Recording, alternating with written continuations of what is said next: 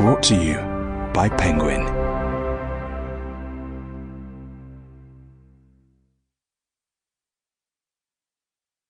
Men in Love by Irvine Welsh, read by Tamdeen Byrne. What's a man in love For Emma, you make sure that every day and in every way, I'm a man in love. How's a man in love to feel? What is better than wisdom? Woman. To what I And what is better than a good woman? Nothing. can't sleep at night. Chaucer, All I do is think of you. I get so The Mentor, when some other 1. guy talks to you. Edward Alistair Rhys bore a strong physical resemblance to the writer Samuel Beckett. Rail-thin, sharp-featured, sprouting lush salt-and-pepper hair cut short back and sides, he possessed a face with as many striations as Murrayfield Ice Rink. A born and bred son of the port of Leith, Rhys had taken his merchant seaman's papers at the local nautical college. Following the demolition of his tenement home in Burlington Street, he had decanted to nearby Renton with his wife Jessie and their 2 children, Alan and Karen. In the main, while waiting on a ship's berth, Eddie frequented several Leith drinking saloons, notably the Marksman Bar in Duke Street, also occasionally seen in his neighbourhood pubs, the Tap or the Anchor, with the Wardy Hotel reserved for Sundays. Like Beckett, Eddie Rhys was a literary soul, albeit in the secretive way common to many working men. Wary of exposing, for fear of ridicule, an inquiring, expansive mind to both members of his own class and a disapproving bourgeoisie, most of his reading was done at sea, in the confines of a narrow cabin.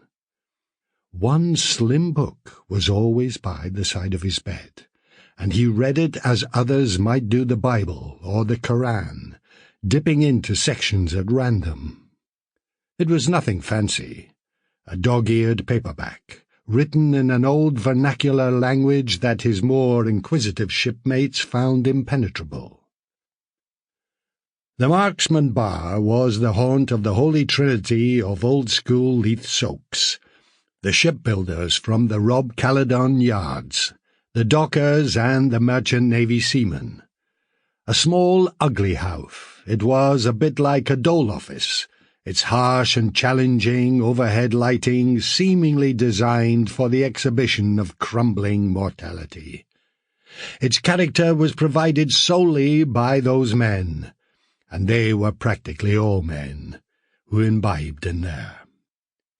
In the early 80s, when industrial Leith was already a vanishing world, it had been fashionable for some of the local young team to drop in. They would enjoy a quick drink with their dads, uncles and neighbours, listen to some old tales, pick up dods of wisdom or stupidity before making their way to their own favoured haunts. Mark Renton, Simon Williamson, Francis Begbie, Daniel Murphy and Robert McLaughlin were part of a noisy, boisterous group of teenage pals and loosely federated allies who would pop into the Marksman early doors. The saltier dockers tended to proffer the youth with advice on chori.